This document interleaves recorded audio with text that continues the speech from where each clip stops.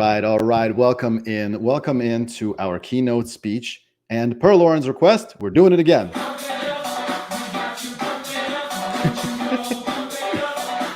We got to pump it up. We got to pump it up because Lauren is amazing. I got the chance to chat with Lauren a little bit off stage beforehand, and this topic is so near and dear to my heart personally, and something that many of us don't talk about a lot. You know, vulnerability is not something that's very often talked about in the profession, but here's the reality. We're going 900 miles an hour, putting immense pressure on ourselves as accountants. We are people pleasers. We are, client pleasers many times. We're running and wearing multiple hats. And it's truly challenging, and we sometimes don't give ourselves that break, that mental space to really talk about burnout. And burnout is something that is difficult to manage and sometimes creeps up on you. And so it's super important. I think it's something that we all stand to benefit from. And so I want to see it in the chat, everybody. Give a warm round of applause, a warm welcome to Lauren Baptiste, who's going to talk all about the burnout and coaching. And so give a warm round of applause and let's welcome her in. Hey, there you are. Hello. Hello. Good morning. Good morning. I didn't get to hear your kind words because I was muted. So maybe I heard other people saying they can't hear. So if you can't hear, there's at the stage, you should be able to unmute. So yes, giving some feedback there. I love it. We ready? We're ready. All right. I will share my slides and we will get into this. Good morning, everybody. I am so happy to be here. Thank you for your kind welcomes. I'm seeing it all in the chat. Hello. All right. Let's get right into it because we have work to do in the best way. So let's talk about when things don't go as planned. What do you do? Most of us put our heads down and keep pushing through, hoping that it'll get better. But the truth is, hope is not a strategy. 1 year ago, I smelled something off in my house. It actually turned out to be mold. Not just any mold, a full-blown 6-figure remediation. 25% of my house was stripped to the studs included, and rebuilt. And right in the middle of that chaos, I found out I was pregnant. Morning sickness by day, my home being demoed by night. You can only imagine the chaos and the calm that I didn't have in that moment. But it didn't stop there. We had to evacuate. My new full-time job as a home remediation project manager took over, pushing me to the limit when I was already taking a lot of sick leave. I was dealing with a lot of other things in my life personally. And because y'all know how it goes, right? When it rains, it pours. So it was a pretty tough time. But ironically, I teach burnout prevention and stress management for a living. So I knew this wasn't just about surviving the storm. It was about learning from this experience and rising up stronger than ever. And when I did, I realized something big. This wasn't just a one-off. It was a pattern. I'm winning today, but only because I learned my way through the hard seasons that came before it. So I asked myself, what is it that actually worked? What process helped me turn chaos into calm? And more importantly, what can I share with you that will help you do the same? A year ago, I was stressed, cynical, and doubting almost everything. And I know many of you this year have felt the same. You might not be at rock bottom, but you're likely not at the tippy top. You're living somewhere in the middle, and it sure doesn't feel like winning. Let me ask you this. Are you taking action to win, or are you living in survival mode? If you find yourself just trying to make it through the week over week, listen up. Today, I'm going to be sharing the advanced strategy that I use with my private clients, the same ones that help them hit their goals no matter what is happening around them. But first, let me tell you a little bit about me. My name is Lauren Baptiste. I'm a coach for firm owners in bookkeeping, accounting, and tax, as well as a corporate well-being consultant inside of firms. I specialize in what I call my calm career success method. I help the hardest professionals have it all: the revenue growth, the time freedom, and the personal fulfillment without the personal sacrifice. This has been my life's work for the past 8 years because I learned it the hard way. In 2013, I burned out and ended up in an emergency room due to workplace stress. As a quick aside about me, I spent 13 years as a top performer at a Big Four accounting firm. I had the title, the salary. Externally, things looked great. But on the inside, I was exhausted and always wondering how long I could keep it up. I share this with you because I see the same story play out every single day. The smartest, most driven professionals, people like you doing the right things, but feeling stuck. Can you agree? Does that resonate? You've worked tirelessly. You've earned the accolades. Maybe you've even made the cash, and yet it still doesn't feel like winning. And that's why I'm here today. I'm here to show you a different way, a way that you can start to win. So today, here's what we're going to do. We're going to understand why the highest achievers, why high achievers get trapped in the stress success cycle and how you can break it for good. You're going to learn my 3-part winning and learning framework that helps you lead, grow, and perform without burnout. And you're going to learn how to apply this strategy today so that you can leave here not just inspired, but equipped. So today, after our learning deep dive, we're going to do something exciting. We're going to bring the framework to life with a live coaching demonstration. I'm going to invite one of you to join me on stage. So you're going to have the opportunity to bring this to life immediately for you. And then we're going to walk through these strategies in real time so you could see the shift happen for yourself. Lastly, I'm going to share an exclusive opportunity only for WorkflowCon 2025 participants. Say that 5 times fast. So be sure to stay tuned. But for now, let's dive in. All right, everybody, there are 2 cycles in life. My guess is that you can tell me what they are in the chat. The first one is winning, and the second one is learning. On the track of ups and downs and living life, at the top, we have winning, and at the bottom, we have learning. Now, some of you might say, hey, Lauren, the opposite of winning isn't learning, it's losing, it's failure. But this is where we start from this place and we build from here. Failure is not a word we're going to use anymore. We're going to strike it from the vocabulary. No more F words for us, right? So what we're going to choose is learning instead, because the truth is that massive growth happens when failure is no longer an option. Take that in.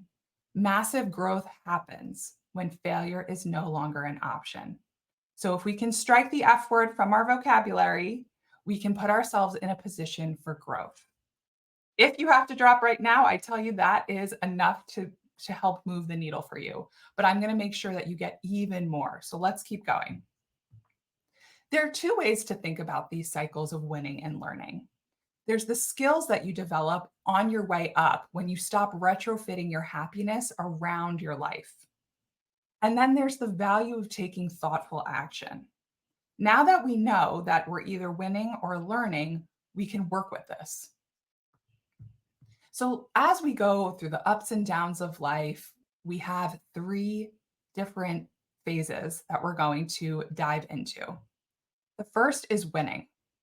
The second is going to be an unproductive learning cycle. And then in the middle, we have a productive learning cycle. So you can see where you are on the wave, you are somewhere. You're always in one of these buckets. And it happens at different times of your life for different durations. But we're going to go through each one. And let's start with an unproductive learning cycle, because that one is where a lot of us are living right now. It's been a hard year. And I want to make sure you know exactly where you are so you can get out of it. So an unproductive learning cycle is someone who might be experiencing burnout, using that F word of failure. They feel like nothing's going right at work or at home. They're not motivated. Maybe they're wanderlusting. They're cynical. They're experiencing this all or nothing thinking, like, I have the worst job. I hate my life, as opposed to, all right, I have a tough client engagement right now, right? So notice there's this very big, like, all or nothing thinking. They're experiencing sadness, pity, entitlement, anger, or maybe even feeling numb to life. They're feeling stuck, right? So if you're feeling stuck, take note that you might be in this unproductive learning cycle. Someone in this cycle is overactioning on the things that don't matter, like organizing their email inbox, and underactioning on the things that actually matter, that move the needle forward, like getting a proposal out or onboarding a new client. There's usually weaker decision-making power. They're not evaluating where they are, and they're not asking for support. So they're kind of just at the bottom, just stewing in their own yuck. And so the idea here is not to shame that, it's to be aware of that so that we can move out of that. If you are in that unproductive learning cycle, here's what I'm going to tell you. It's okay. We've all been here. And if you are here, that's why we're going to learn all the phases to get you out. Let's talk about a productive learning cycle. In this cycle, this is someone who's on their way up. You can see this in the photo. She's working, but she's still a little distracted. She's here, but she's not fully winning. She's showing up more consistently. She's allowing and experiencing the emotions that come with productive learning. So maybe she's not just numb, or one of us that are in this productive learning cycle are trying to figure out what's going on. Maybe we're doing coaching or therapy. We're taking ownership. We're evaluating. We might still be distracted, but we're less distracted. We might not be fully motivated, but we're more motivated than we were. And so what's happening is this person is on their way. And I want you to notice that in yourself. There's likely a sense where you might know or understand what winning feels like. But if you're not really there, you likely are here. If you're not at your rock bottom, you're likely here. You're living somewhere in the middle. So here's what you need to know about the learning cycles, the unproductive learning and the productive learning. Going in and out of them is completely normal. Think about the wave. It goes up and it goes down. And that's how life is. Now, that wave that I've been showing you is a perfect curve. But the idea is that the longer we spend in failure, the longer it's going to take before we're winning. So if you think of, let's say, the lowercase letter W, I would prefer, instead of that, where you're in these long, unproductive learning cycles, I want you in a lowercase letter M. I want you winning more and having shorter, unproductive learning cycles. I hope you know what I mean as I'm saying that. Usually I'm like drawing it out on a piece of paper, or you could see it elsewhere, but here's how we are. All right. The thing you need to know, you are still valuable in a learning cycle. Just because you are not your best self doesn't mean you're not still valuable. Think about all the clients you're serving. Think about the team you're working with. You still have value to give. So you're not too far gone. And I also want you to think of this. If you think of that wave, even if you're at the bottom, it's the beginning of winning. If you ever hiked a mountain, you know that in order to get to the top, you have to start at the bottom. And the reality is, even if you're in that mucky place where you don't feel like your best self, you can start to coach yourself and say, well, I'm at the beginning of my next winning cycle. So it's your job to grow from each learning cycle to create a winning cycle. So now that you are learning, or understanding if you're in a learning cycle, you should think about whether you're winning or learning. And we're going to talk about winning in just a second. But the idea here is that you want to get out of your learning cycle as fast as possible. And what you want to do is then have bigger comebacks, bigger learnings from your learning cycle that you can apply to the next learning cycle or even to the upcoming winning cycle. And the idea here is because we want to live in the winning cycle longer. We don't want to just cross a finish line and say, okay, I won. We want to hold that feeling as long as possible in our businesses, especially, but even as it shows up at home. So now we know the learning side of it. I want you to think about the winning side. And think about this if this was you, and if it isn't you right now, think about, when was this you? Someone in a winning cycle keeps doing what's working. There's someone who evaluates what's happening, what's going well, and they take big action to course correct. This isn't for somebody who just kind of lets life happen for them. They are in full control. They're taking as much of the reins as possible. Someone in a winning cycle spends more time doing what's working and then uses that extra 20% to tinker, to fix what seems off, or to try something new to see if they can win longer or win bigger. Someone in a winning cycle is in the capacity of a winning cycle. That means they're confident, they feel in control, they feel in themselves that they are a leader, they know that they do have the free time to enjoy themselves, they have the money they're looking for, or hitting their revenue goal in their business. They feel that capacity growth. as they're winning. And someone in this cycle is capitalizing on the momentum that they have. So if you ever heard of like run faster with the wind at your back or the wind in your sails, the idea here is if you feel that momentum, you go, because you don't know how long your winning cycle will last and you don't know when it'll come back. And that's not to be negative, it's just to be that's the reality. So there are a few things that will take us out of a winning cycle. 3, 1, not achieving a goal. So let's say you have $1 million revenue goal for your business and you don't hit it 2 years in a row. You might start to feel like, well, you were on the up and up and you were so close, but because you can't hit it, now you start to think that you're not good enough. You start to have negative thoughts that creep in, which then lead you to moving into that productive learning cycle. The second is a perceived failure. So you think that you're failing, but you might not actually be. But again, it's in that mindset that creates that for you. Or when things go unplanned. So with my story earlier, which you'll hear the end of it later on, but things went unplanned for me. Now I want you to think, when was the last time you were in a winning cycle and you shifted down to learning? What happened? Was it not achieving a goal, a perceived failure, or where things went unplanned? I want you to take a moment and really sit with that and understand for yourself, what was it? I want you to decide right now. Okay, and as you're thinking for yourself, I want to share a story about a client, Jenna, who is a firm owner. She had her own accounting business, who came to me completely overwhelmed.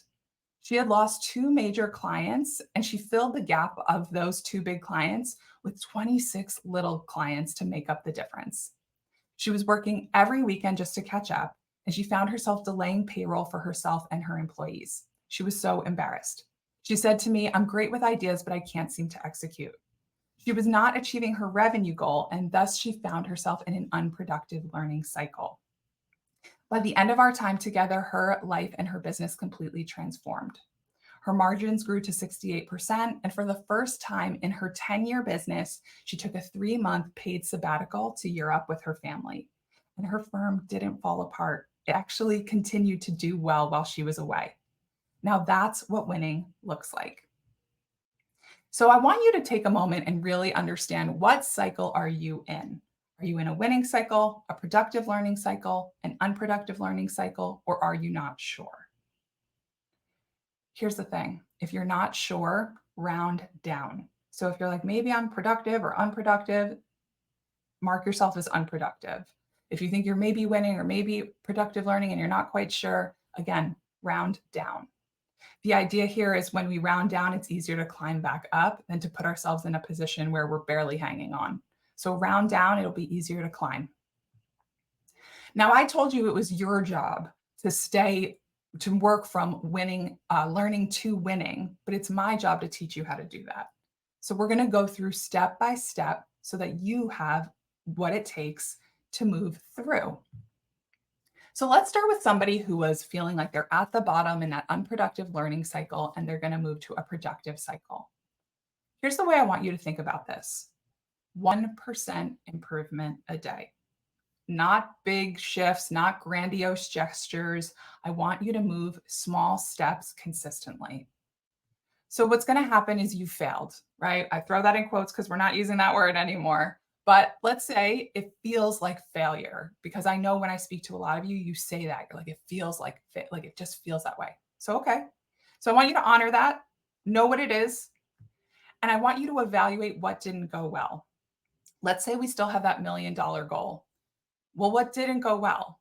Maybe you noticed this year that the clients that usually spend a lot of money didn't spend as much. Maybe you noticed that you didn't sell as hard. Maybe you didn't do XYZ. Notice what didn't go well. And I want you to strategize what you're going to do differently. Because in order to get where we want to go, we have to do things differently than we had. And then what you're going to do from here is you're going to implement your new strategy, 1% improvement at a time. So now that you know what didn't go well, what you're going to try, now you have your strategy. We mentioned a bunch of things that didn't go well, but we're going to pick one thing to start. Maybe it was that you didn't promote as enough on social media to get the word out that you were bringing in new clients. Well, then let's start with that. Let's start with a simple strategy, 1%. That's maybe one little post a day or resharing something from a year ago, right? Starting to get that new strategy going. And then you repeat. In this process, we're going to start with small wins every day and slowly build up that consistency and your capacity. And this is the process. Notice it's very simple, and it's meant to be simple because when we're in that unproductive learning cycle, it can feel really hard to do anything. Now, let's talk about what it's like once we move into a productive learning cycle, how to move into a winning cycle. So, you're going to notice here that there are more steps, but you can handle it. So, instead of thinking about it from like a 1% a day, think about it like 5% a day. So what we're going to do here is think about the big thing that we want. So I want that $1 million goal in my business. I'm going to understand the obstacles in my way. Okay, maybe it's the competition, maybe it's the time of year, maybe it's what's already on my work plate. It's the staffing that I have and having to maneuver all of it, right? You're starting to understand what's going to get in the way before you take the action. So then once you know what's in the way, you attempt to overcome the obstacles, and maybe you still fail because it's easy to just say, okay, you're going to win and it's over. But the idea here is you still fail. And that's okay because what you're going to do is evaluate, just like we did in the last slide. We're going to evaluate what didn't go well. We're going to strategize what we're going to do differently. Then you're going to implement your new plan.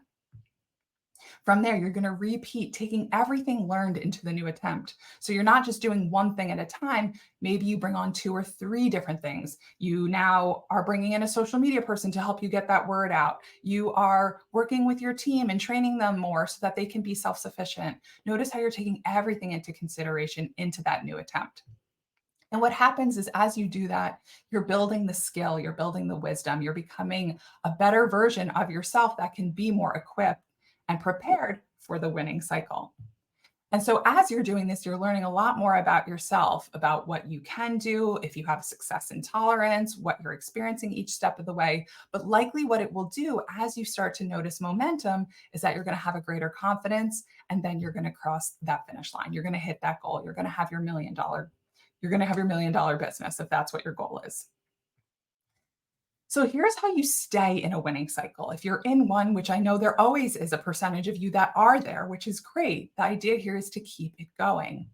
If you're in a winning cycle, you want to continue to track your wins weekly. You want to understand what's working. You want to evaluate consistently and notice that even the minor improvements have a cumulative effect because it's what got you here, one step at a time. I want you to be scheduling check-ins with yourself or a mentor. A lot of professionals in that winning cycle maybe engage that third-party support to stay on track.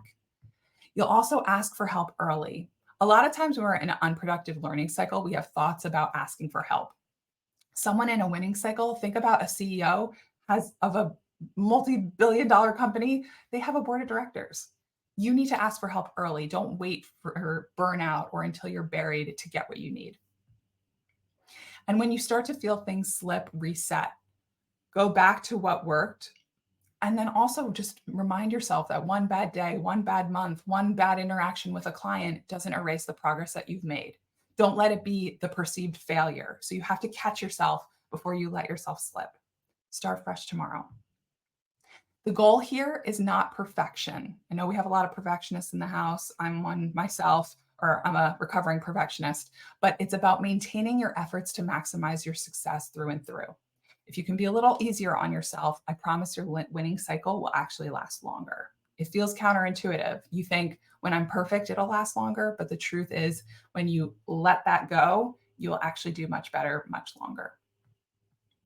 All right. Now, we went through a lot just now, and I want to make sure that you don't just walk away from today and be like, that sounds great, but like, what do I do?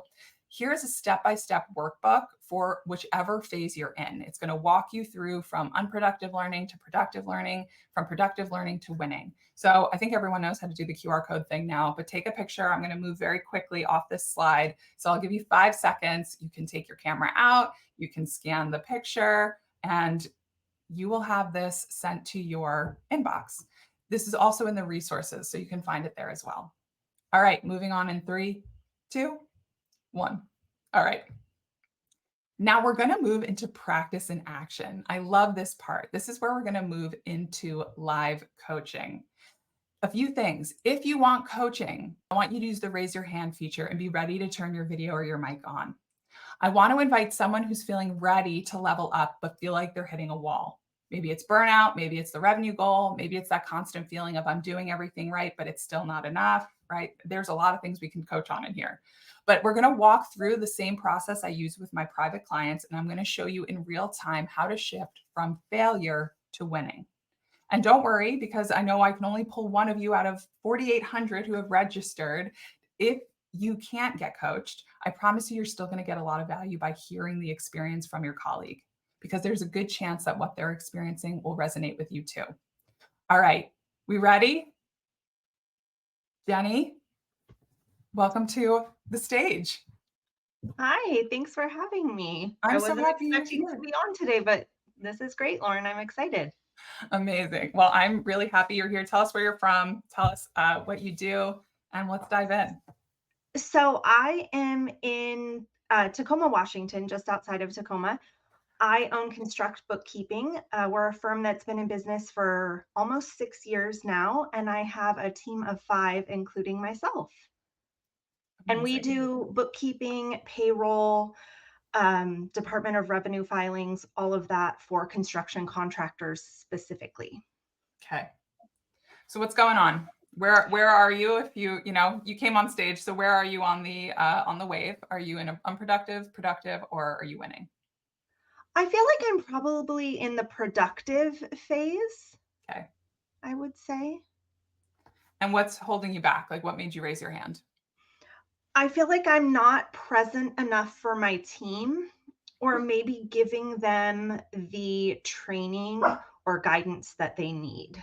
I apologize. I think my dog wants to join in too. You're If you good. guys We hear love. him. Yeah, we'll interview your pup after this. All good. So not present for your team. Why? I hate to say this because I think it's an excuse, but time, and it's not that I don't have enough of it, it's probably time management. I know we all talk about being the roadblock or the bottleneck, and Yep. that's me. Here I Yeah. am. Well, just so you know, everyone in the stage is like, me too. So Yeah. you're not alone in this. Yeah. Okay, so we're saying time management.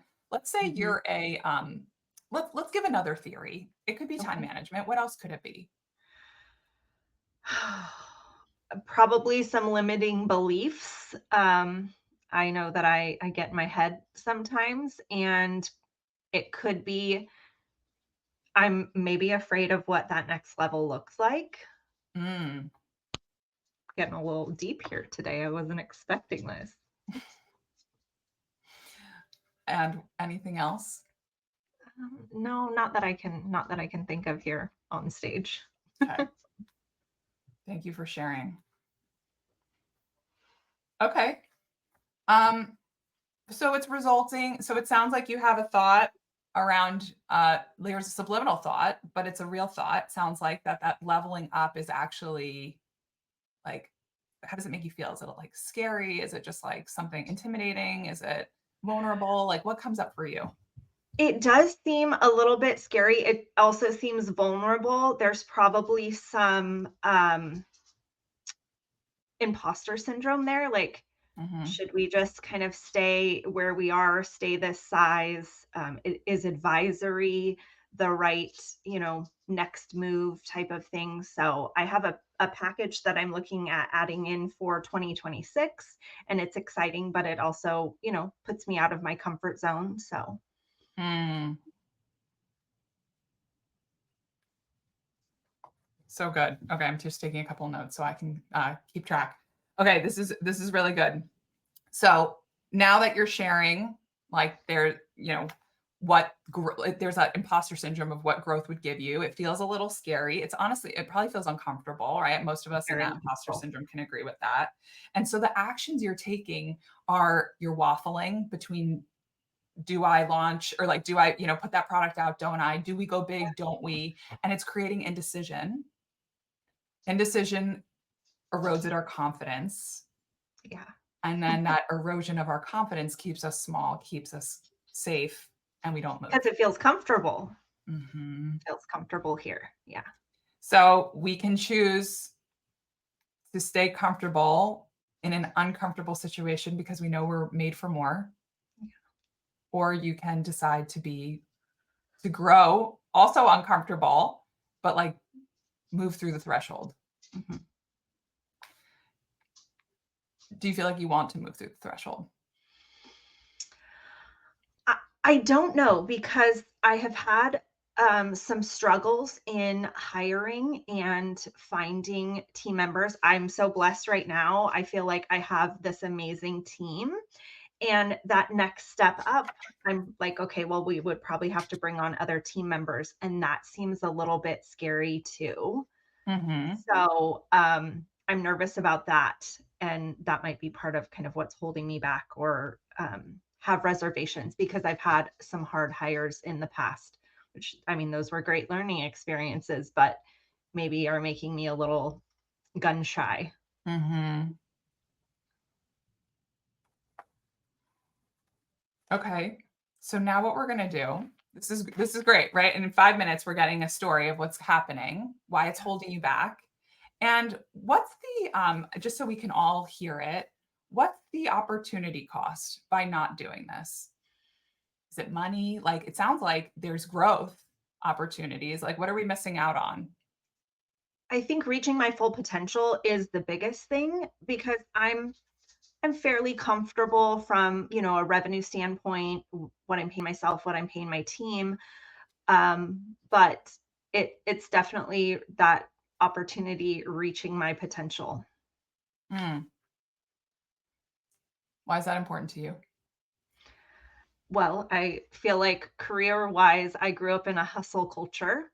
Mm. And so if you're not doing more, achieving more, like staying steady is I it has a negative connotation to me, I feel like. Hmm. But it sounds like other people have like planted that in your brain. Is that what you believe? I'm not sure. I haven't unpacked that enough to know, is Mhm. that an outside opinion or is that how I actually feel? Mhm. You're doing great, by the way, Thanks. and everybody's celebrating you too. But this is so real for many of us, right? We've got planted that the way that we have to do it is bigger, better. We can't just be happy with where things are. And of course, you're waffling between the like, do I grow my business bigger? Do I keep it here? And do I hire staff? But I've had staffing issues, so maybe I just do the work myself.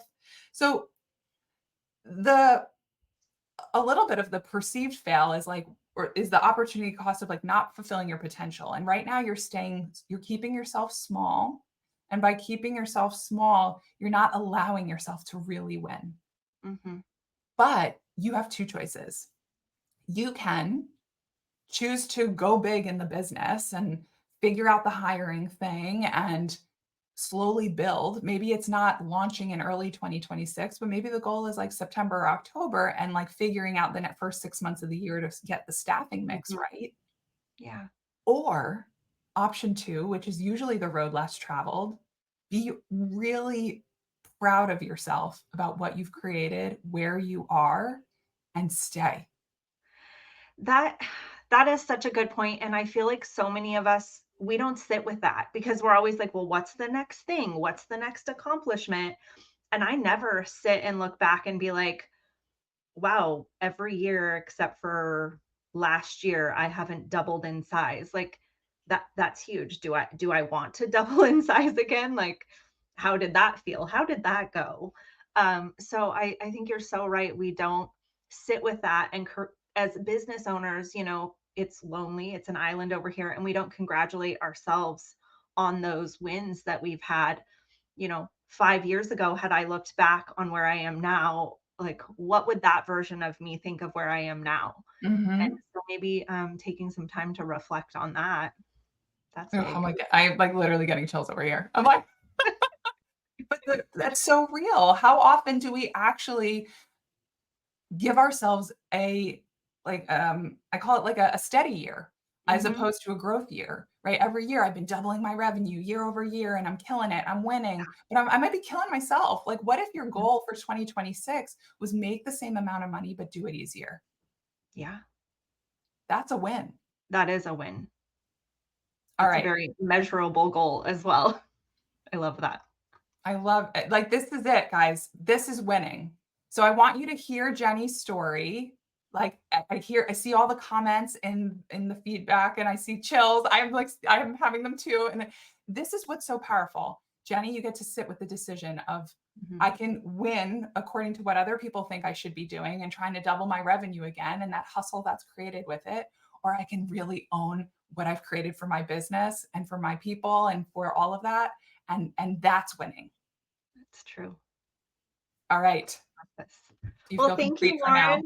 That was unexpected today, but I so appreciate it and your feedback. I love that. Of I have course. a little Keep me nugget We're going to for stay boys. connected. I'm going to reach out to you after, but we're going to stay connected. And congratulations, Jenny. I hope your 2026 is winning, regardless of the step you take to do for it.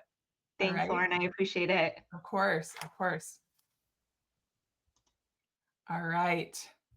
We're back in it. I didn't even put my live coaching slide up, but we're past that. We are in the recap. And I want you to hear her story. I want you to hear the story of my client, Jenna. And remember, learning cycles are the start of a winning cycle. Notice how even in that productive, it's like, okay, I have different paths and I can choose the one that feels like winning or the one that is winning. And we really identified that in just a few minutes, that even her story is going to look a little different. Recap here. You may go through the unproductive learning cycles before you get to winning. Think about a stock symbol, right? It goes, even Google once upon a time was low, and then it went high, and then it went back, and then up, down, up, down, up, down, up. And so I want you to remember that in order to get to the top, it might be a couple of rounds of learning in productive and unproductive, but you will get to winning if you keep that intention there. The next thing here is starting where you are.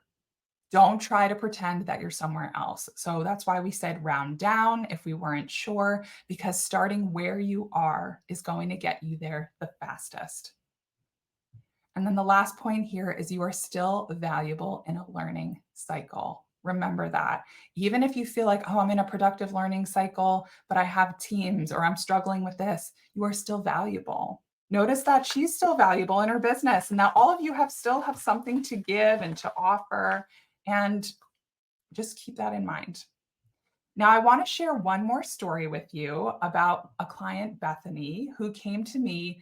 She's a tax consultant and business owner of her own business who came to me deep in debt.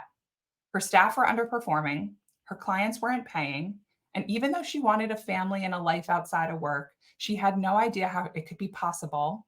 That is, until she heard this keynote 2 years ago.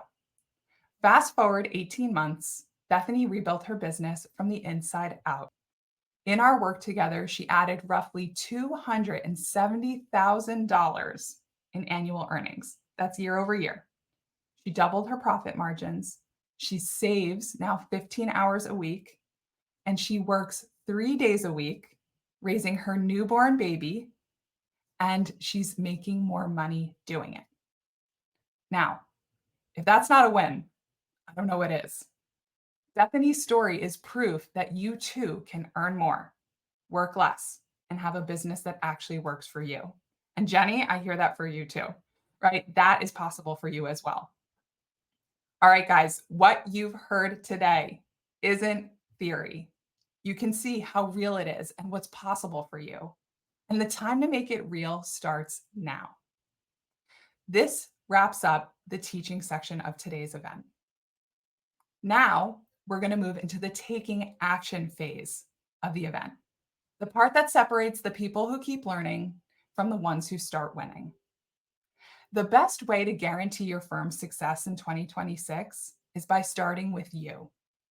I like to think of November as the new January because nothing magical happens on January 1st without setting yourself up beforehand.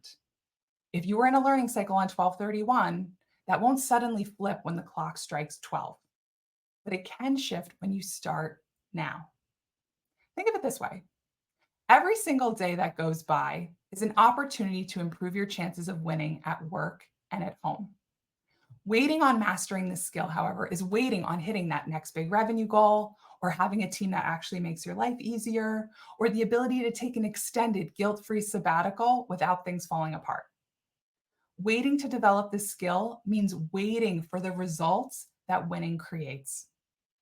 If you've been winning in 2025, now's the time to lock it in and keep that momentum going. But if you've been learning in 2025, now's the time to act before you get pulled into Q4, year end, Q1 chaos all over again. So no matter where you are, the real power move isn't hustling harder. It's getting the right eyes on your blind spots. Hear that again. The power move isn't hustling or working harder. It's getting the right eyes on your blind spots. And that's how you actually win. The reality is the clients in my world are making over 100K. You heard even Bethany's story of 270K more per year and reclaiming at least 10 hours of free time every week.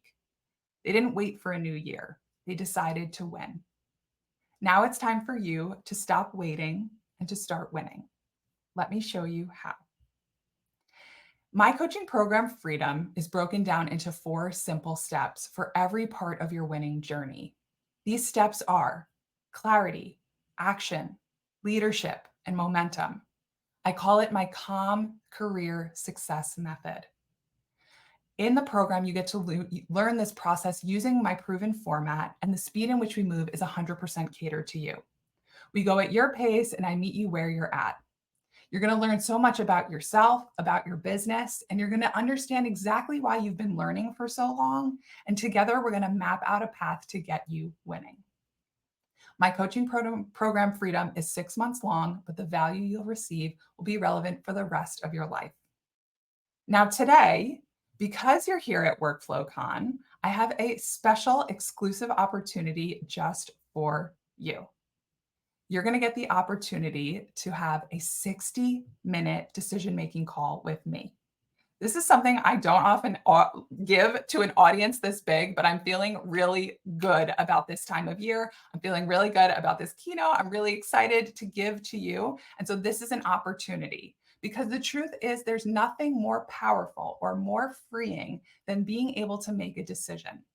Because chances are, if this is resonating, you know that you've been stuck in that space of, I don't know what to do, and hoping that an answer will magically fall on your footsteps instead of creating it for yourself. On the call, we're going to do 4 things. We're going to identify what's not working for you right now.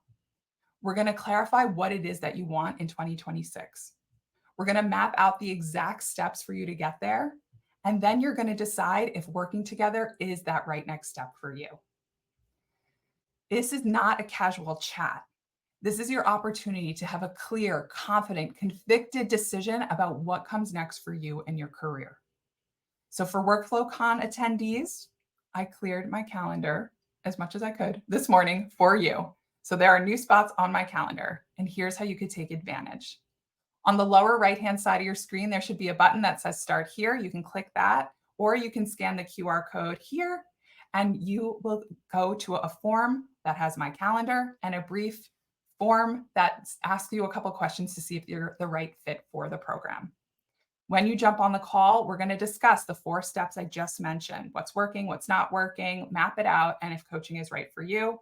And then if it's a fit, we're going. We're going to make sure your 2026 starts on the right foot, and we do that when we start now. All right, so make sure you grab the button on the lower right hand of the screen, or you grab a screenshot while it's up. I'll keep this up for a few more seconds. But the truth is, winning couldn't be easier. I'm handing it to you on a silver platter. Now, once you've booked, I want to see in the comments I'm in the chat and see who's ready to start winning. But while you're filling out the form, I'm going to jump into Q&A, and then I'm going to leave you with one final thought. I'm going to tell you the rest of my story before we close. And if you left a question, because I'm seeing there's a bunch of questions and we run out of time, I will make sure that I respond. So I will make sure that I will get back to you. Hold on, I'm losing myself in the thread here. Okay, so I will make sure that I get back to everyone with their questions. And if someone upvoted it, I can't see who upvoted. So if that question is relevant for you and you want me to respond with the answer, copy paste it and throw it in, and then I'll respond again later. All right, I'm gonna sort by upvotes. And again, here's the code. Let's go to the Q&A. Okay. What is the key way most people can avoid burnout? The key way. There is no key. If you think about a key, the key is what fits in your lock. So, what's the way that works for you? It's going to be understanding what your tics are. It's going to be, are you a people pleaser? Do you procrastinate a lot? Are you a perfectionist? Is it a time management thing, right? You have to understand what is getting in your way. There's likely a component of tactics. The way I teach it, it's tactics and it's mindset. So we can't just try to say, all right, I'm going to focus all on time management tactics. A lot of you who come to me get stuck there, right? We even heard that from Jenny. She's like, I think it's a time management problem. And I'm like, okay, but what else? Because it's not always time management. It doesn't mean your time management could be better. I'm sure it can be, but it's about having both. All right. Great question. And also, we go through that specifically for you as we go through the decision-making call. So that's something you can think about as well. If you're like, what's my key? What's my thing? So I'll tell you there. All right. What is a Oh, okay. The questions are coming up for me. I'm so impressed. Okay. What is a game-changing shift in moving from people-pleasing to good boundaries? I'm going to tell you my boundaries success formula right here. It's very easy. It is. It's funny. The questions keep disappearing. Sorry. I'm seeing it all over. Okay. You're going to get this. Here's the quick formula. You communicate a problem and you advocate a solution. If you're a people pleaser, right, you can say, here's what I'm noticing is not working. Here's what I'd like to offer instead. If you're a people pleaser, you might have to work on that solution to make sure that you don't, what do they say? Cut your nose to spite your face, right? You don't want to lose yourself in that. But again, this is where we understand. Let's talk about how people pleasing is really impacting you. Is it impacting how you're operating with your clients? Is it affecting your revenue? Are you spending more than you need to be because you keep getting pulled into people pleasing opportunities? We'll talk about that on a decision making call. Okay, next question. Any advice for managing client Oh, sorry, guys. All right, hold on. I'm going to go to Patricia's question that's on the slide. I'm not going to look at the chat anymore. Okay. How do you communicate this kind of mindset to your team? Oh, Patricia, that's a great question. First you have to live it. You have to understand what this is. It's not just like, okay, we all need to be more positive, because it's not about a positive mindset. It's about building a mindset that is problem solving, helps with decision making. I actually go into companies and I teach this strategy. So if you have a team and you're like, what would be great? Come in and teach everybody the strategy. But first, in order to teach it, you have to embody it. You have to learn it. So there's two options. You could bring me in and I can talk to your team and we can have a session together, or you learn it for yourself and it has the ripple effect. And the bonus is if it works for you, it will work for your family and all those around you too. So it's a win-win-win. Okay. Question. Any advice for managing client expectations around the big deadlines like April 15th? Speak early, communicate often. Truly, it could be that easy. A lot of these can be easy, but what feels hard is that maybe we've people pleased in the past and now we're okay accepting things 2 days before the deadline. And then that puts us in late nights or that puts us in burnout. We need to have healthy boundaries. We need to time manage better. We need to have these skills, but we need the mindset to be able to enforce those. So that's what we can talk about that way more on a call if that's something you want to figure out and you notice that that's a habit where you keep sacrificing yourself in the process. Great question though. Okay, Natasha asks, what if you're asking for help but not getting it? Okay, I talk about this. There's a couple of things. If you're in a toxic work environment, and toxic, I know we throw that word around a lot, truly toxic, harassment, not being, I have like a 4-point, it's not in my head in this 1 second, but there's true toxic environment where you're not being treated ethically, legally, appropriately. But the reality is if we're not, where'd the question go? Can you throw it back up, Tosin? So if we are experiencing that we can't properly get the support we need, we leave the toxic environment or we learn for ourselves, and then all of a sudden the environment changes for us. That took a while for me to say, but that's the reality. We either leave the environment because it's truly that negative, but likely for, I would say, 90% of cases, it's likely not a toxic environment. So it's on us to learn how to handle it. Okay, thank you for putting Natasha's question back up. All right, ready for the next. I'll take one more question and then I'm going to share the close before we end today's session. All right, what's the strategy to make sure that I have the funds and or resources necessary to take action steps needed to get the goal I've set? Let me read that again.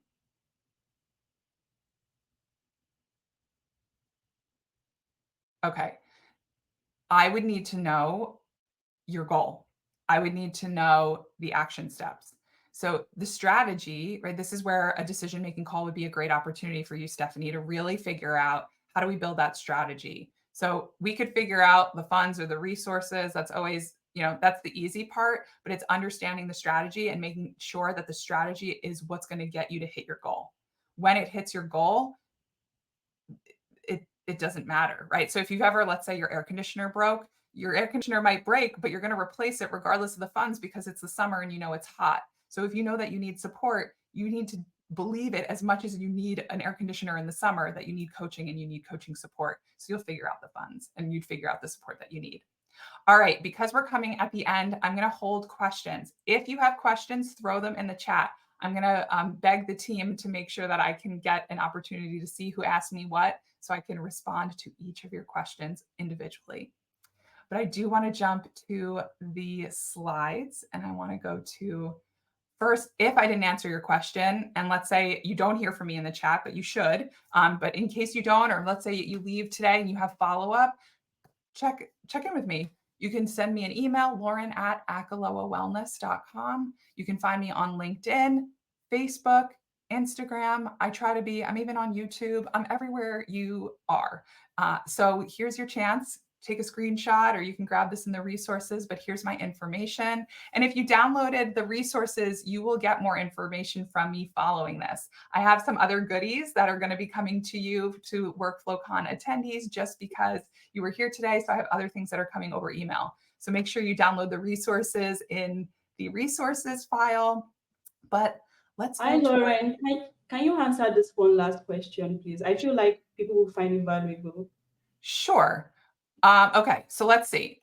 Any advice for navigating or processing what it feels like to take a step back career-wise to prioritize raising young children, yet feeling a strong pull to build a big business? Susan, maybe I should answer this after I do my close, but the reality is, today is my first day back at work after my maternity leave. So my thought is that you don't have to take a step back. What if you can take a step forward and have a big business and a beautiful family? My client, Bethany, didn't take a step back to have a baby.